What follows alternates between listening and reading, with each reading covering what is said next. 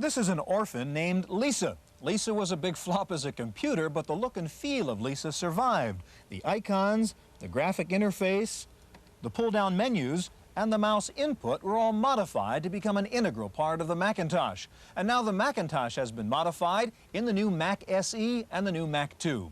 Today we take a look at the new generation of Macintosh computers on this edition of the Computer Chronicles.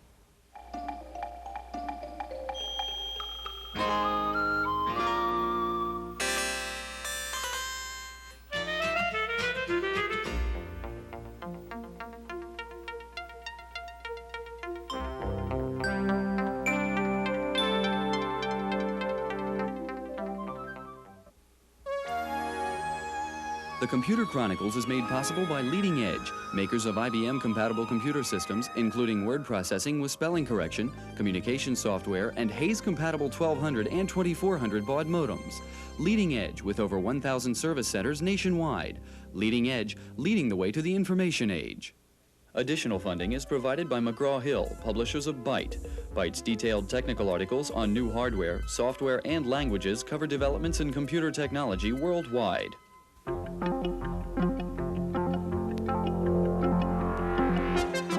Welcome to the Computer Chronicles. I'm Stuart Chaffee, and this is Gary Kildall. Gary, this is an add-on board, and you would assume, therefore, it's an add-on board for an IBM PC or compatible, maybe an Apple II, but not a Macintosh. Well, it's 1987, and this is an add-on board for the new Macs. They have slots, of course. In fact, if you look at the new Mac 2, it looks an awful lot like an IBM AT. If you look at the new IBM Personal System 2 computers, they look like Macintoshes. Have the two giants finally come together and agreed on what a personal computer ought to be? I think what they've done is they come together to try and compete for the same market. So basically, Apple learned from IBM's open architecture. With the open architecture, third-party suppliers put in boards that AT is used for things that IBM really didn't expect it to be used for. At the same time, IBM learned from Apple. Customers really like the user-friendly interface, the graphics, the color, the desktop publishing. So even though they haven't come together on the exact hardware, they've come together on the philosophy. Gary, we're going to take a look at the two new Macintosh computers today, the SE and the 2. We're going to start out by talking to some corporate computer types to find out if the Macintosh really has become a serious business computer. The history of the Macintosh is similar to the history of the personal computer industry, full of victory and defeat, approval and rejection. Today, with Mac sales booming and two new machines joining the line, Apple seems to be pushing harder than ever to turn the Mac into a major contender in the business world. I think that the pattern of growth that we've seen in the Macintosh marketplace is one from the hobbyist computer users and the hackers who were fascinated by the machine's potential to that growth occurring in the business world where that potential has been realized. Applications that have come out for the Macintosh have really begun to approach what the machine is capable of. And when the machine was released, there were really no serious business applications. Colophon is a small design firm in San Francisco that specializes in Macintosh-generated graphics. Colophon is not on the Fortune 500 list yet, but it does have some big clients, and the company sees a growing acceptance of the Macintosh in corporate offices. Usually the design department, or a few unorthodox managers who see the world in their own ways and don't follow corporate policy closely, will bring Macintoshes into their office. In the case of the design group, it makes perfect sense because the machine is so well suited to graphic tasks. The Mac's talent for desktop publishing helped it through the corporate gates, but once inside, there are new obstacles to overcome. In the past, the MIS department has been a central repository and control point for the way that information flows in the company. And that's a very powerful position for them to be in. Now we're proposing to bring in these computers, intelligent, independent workstations that can conduct tasks completely independently of a central host computer, that can communicate with one another independently of a central network. And I think that has far-reaching implications for that power structure.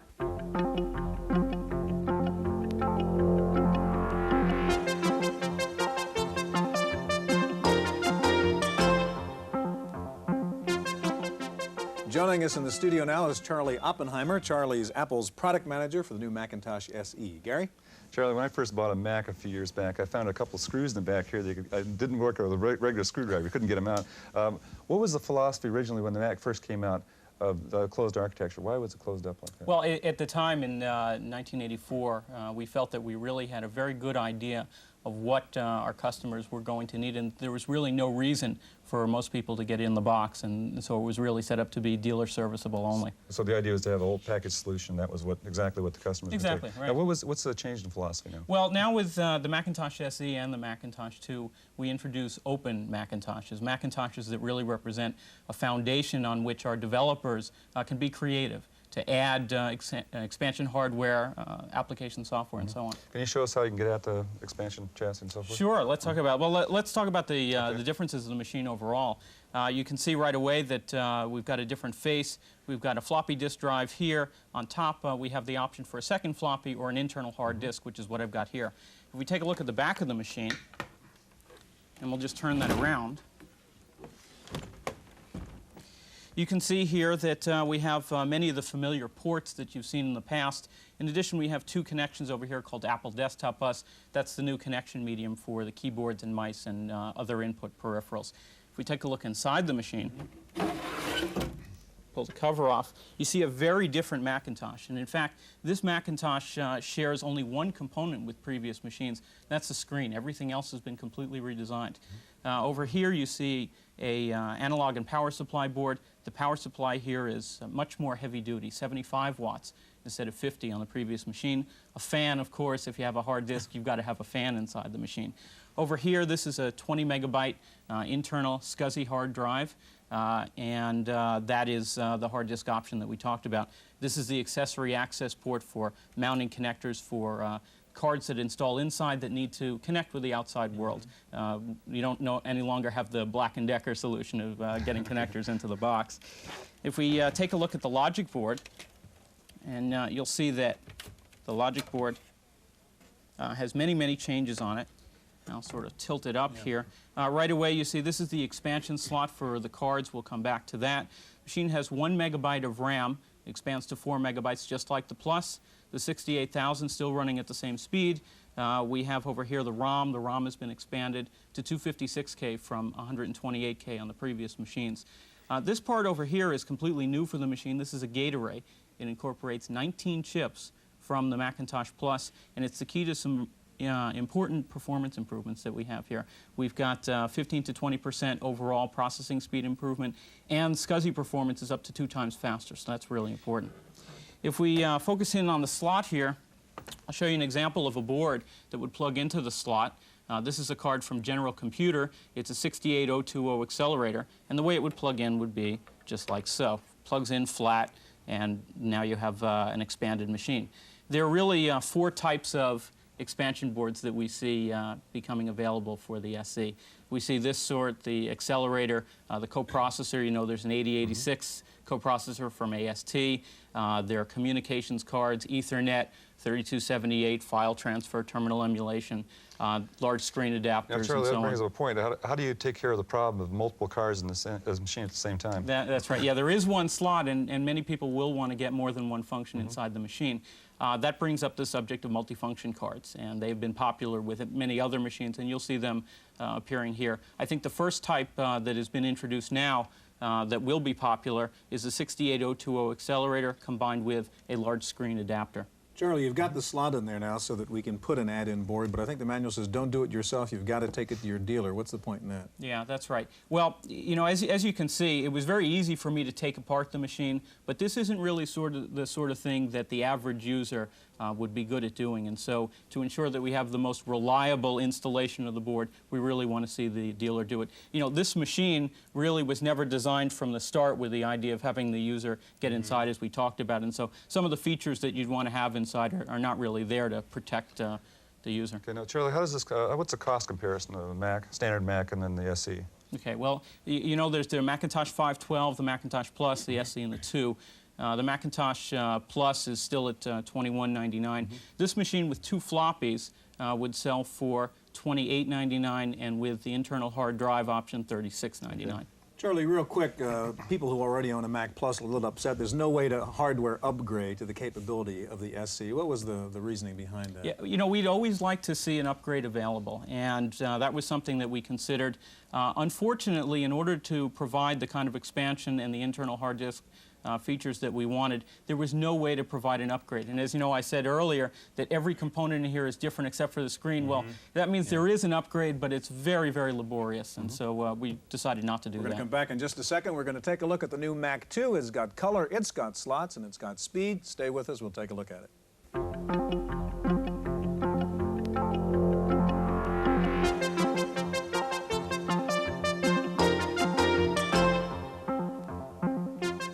With us in the studio now is Didier Diaz, the product manager for the Macintosh 2, and back with us, Charlie Oppenheimer.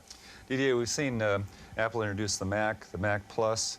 Now Charlie's shown us the SE, and you've got the Mac 2. Now, what target market is this? It must be different from the others. Well, with its increased power, this Macintosh 2 is targeted at the higher end of our current marketplace. The business community who uses productivity applications such as spreadsheet, word processors, databases, etc., will use this machine.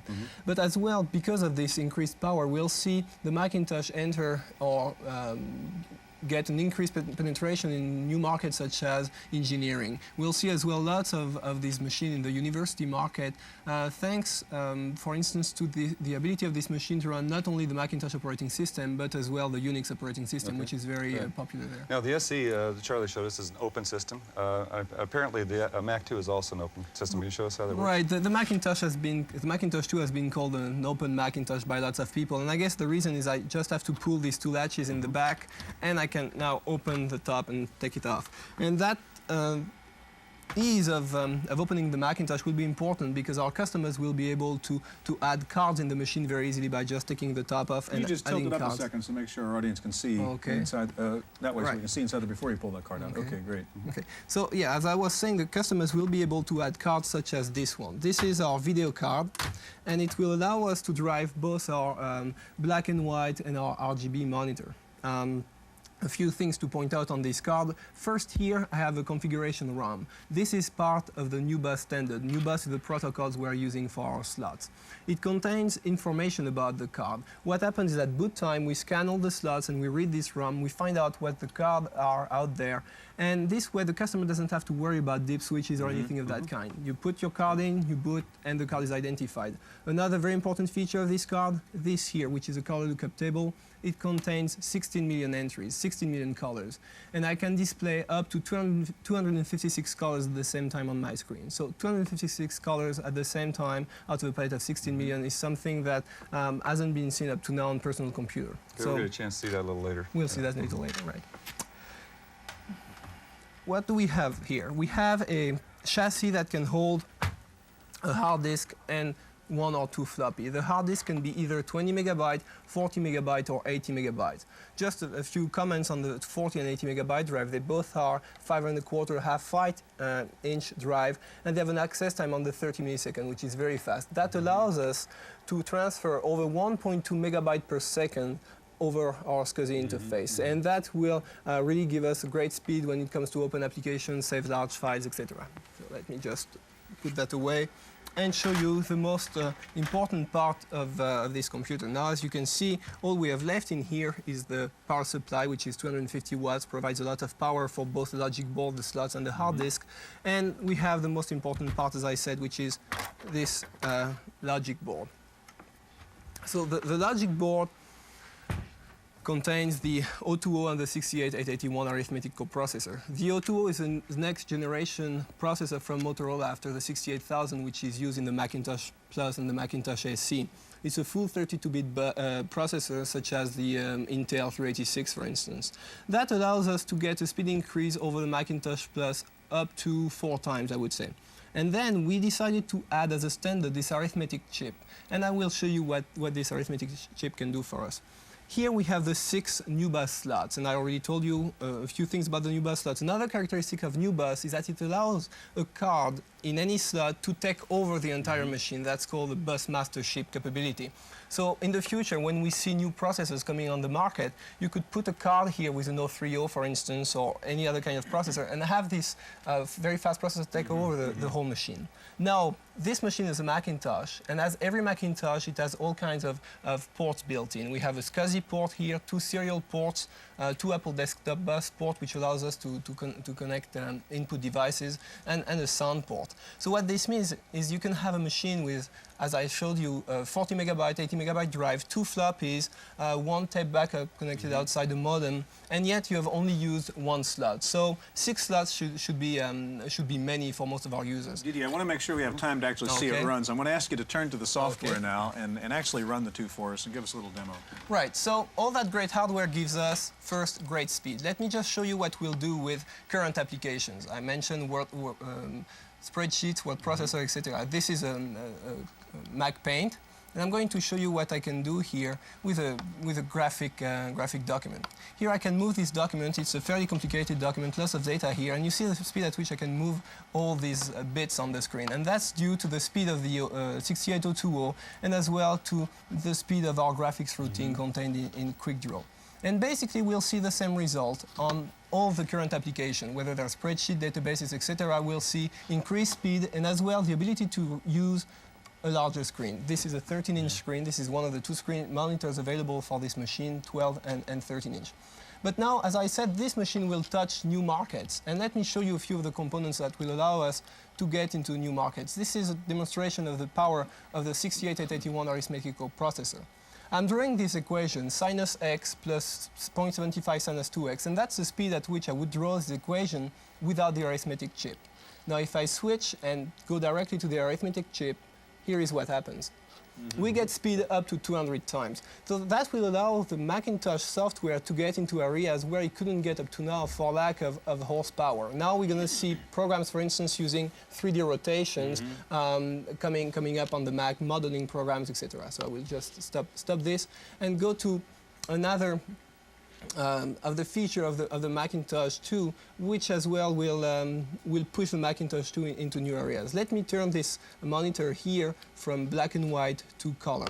One important point about this monitor is its resolution is so high that it can be used for both black and white and color. I might mention, Didi, our audience is not really seeing this monitor in its true quality. They're seeing a flicker because of the television camera shooting it. That's not the way it really looks. Right. It's due to the high refresh rate, actually, of the monitor, which is one of the reasons why it looks so good. This is an application which allows me to display digitized picture. Let me just bring up one of our vice president here. Our chief operating officer. He paid you to get his picture on the show? No, not quite, actually. He has another picture which is his favorite, but I won't be able to show it to you today. You see the speed at which I could move this image here, okay? And I'm moving here 8 bits, what's called 8 bits per pixel. I have actually, here I'm using the full power of the card, the 256 colors out of a palette of 16 million. That's what allows me, for instance, to have this smooth shading from color to color. Let me show you just another image that shows out the capability of the screen. Unfortunately, as you said, our viewers won't be able to see it quite right, but this is a ray tracing image. It's a computer-generated image where you set up your environment and the computer... Yeah, I'm going to have to interrupt you because we're out of time. It's a very impressive demo. Real quickly, what's the price on the Mac 2? What's the range? The entry price is $38.95 for the entry CPU. The color computer that I have here with a 40 megabyte hard disk would cost you about $6,500. Thank you very much. Okay, when a new piece of hardware comes out, the first question is there software to take advantage of it? Wendy Woods has a report on the status of new software for the new Macs. If users wonder about software availability, the problem is magnified for software developers who risk losing big money if a machine isn't successful. Living Videotext was one of a few dozen companies that received prototypes of the SE and the Mac 2. They immediately went to work upgrading their More IDEA processor to utilize the Mac 2's color. But unlike decisions they've made in the past, the decision to support the new Macs was easy. Well, I think you have to look at it from 2 angles. One is the economics of it. Do you think the machine is going to be successful in the marketplace? Does it answer the needs that the users have? You know, those are the very simple analytic decisions. The other side of it, you've got to be somewhat emotional about it. And for me, the Mac 2, as a Macintosh user myself, the Mac 2 was virtually everything that I had wanted on my wish list. And I found my heart going pitter-patter every time I thought about the idea of putting one of those on my desk. And so I knew for that reason, for both reasons actually, that it was important that we support the machine and that we develop software for it. The SE can run virtually all current Macintosh software, so there's no shortage there. And developers see the expandability of the Macintosh 2 as its ticket to success, an open road for other companies to develop add-on products and new software. So most developers aren't worried and say that users will have plenty of software from which to choose as soon as the new 2s are coming off the assembly line as quickly as these SEs. In Fremont, California, for the Computer Chronicles, I'm Wendy Woods.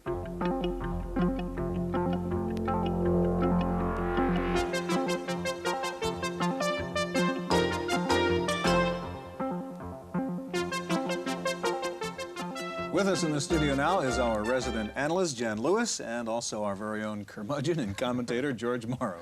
Jan, from a consumer standpoint, we have a whole range of machines you can buy from Apple. Which one of these things should you buy? Disregarding price, which one should you buy?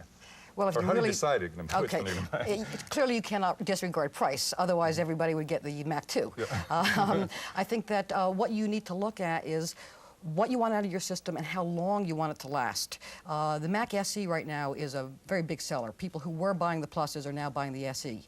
Eventually, of course, they're going to want to expand even more. So eventually, they're going to want expansion boxes. If you know that you're going to expand quite a bit, if you know you're going to use a lot of color, if you know you need a lot of the graphics, you might go to the Mac 2. Desktop publishing, for instance, I think probably the Mac SE is a better bet. And if you look at some of the, let's say, peripheral monitors, for instance, that are coming out for desktop publishing versus, let's say, for desktop video or for the graphics area other than that, you'll find the SE seems to be more of a desktop publishing machine. But the Mac 2 is highly expandable, and you'll get many, many years of enjoyment out of it. Okay. Okay, George, you've seen the SE and the 2. What do you think about these new computers? Well, I think the 2 is an expression of a lot of market envy. You've got Apple that has seen IBM do so well and the corporations and the add-on people do so well. You're looking at an expression now of, gee, how do we get a piece of that action? They've come up with the new bus, and they've come up with color. And I think what's going on now is a fantastic musical game of chairs. Everybody is moving over into the position of what everybody else was doing a year ago. And it's going to be a lot of fun watching what happens. Jan, what do you think about this battle, Macintosh trying to get into the IBM, the corporate, the business market? Is that going to work? I think it's already working through the desktop publishing. Yeah. It's already working, even though when you talk to the corporations and they say who is on our approved list, you will not find the Macintosh there. Yet you walk up and down the halls of the corporations and there's no questions the Macintoshes are there. So I think already what they're doing is a very good wedge into the corporation, and this will take them much farther. Apple has also done an awfully good job in networking, and that's probably another edge that they have in the corporation that's got them a leg up. What about the, I'm sorry, go ahead. I was going to say, George, you have a particular hardware expertise, and there's always questions, how is a 386 going to stack up against the 68020 in terms of just a horse race? Raw processing power, they're very similar in power, but from what the fellows that have used it, the cognoscenti, seem to think there's a lot more overhead in the Mac 2 than there is in the present 386 machines. So the effective speed is somewhat lower. But both processors have got a lot of horsepower. And of course, the engineering workstation market is now going to be an awfully exciting market, not only to buy products from, but to doing software That certainly development. seems like a good place for the Mac 2. Yeah, so. yeah. Jan, last question. What about this change in philosophy Gary was talking about earlier? We heard about the closed Mac, and that was the whole philosophy of Apple Macintosh. All of a sudden, it's the total opposite. Is this sort of the end of the Steve Jobs era for good? I think that's definitely the end of the Steve Jobs era as far as that goes. On the other hand, the one problem they're going to have as a result of being more open is there are going to be clones. Yes. Whereas with the old Mac, there weren't clones. So the one good legacy of Jobs is that it was unclonable. I think in the long run, of course, Apple comes out ahead. Whoever clones it are going to come out ahead, and the consumer is going to come out ahead. Jan, George, thank you very much. That's about all the time we have for our look at the new Macintoshes. We'll be back in just a minute with this week's Computer News.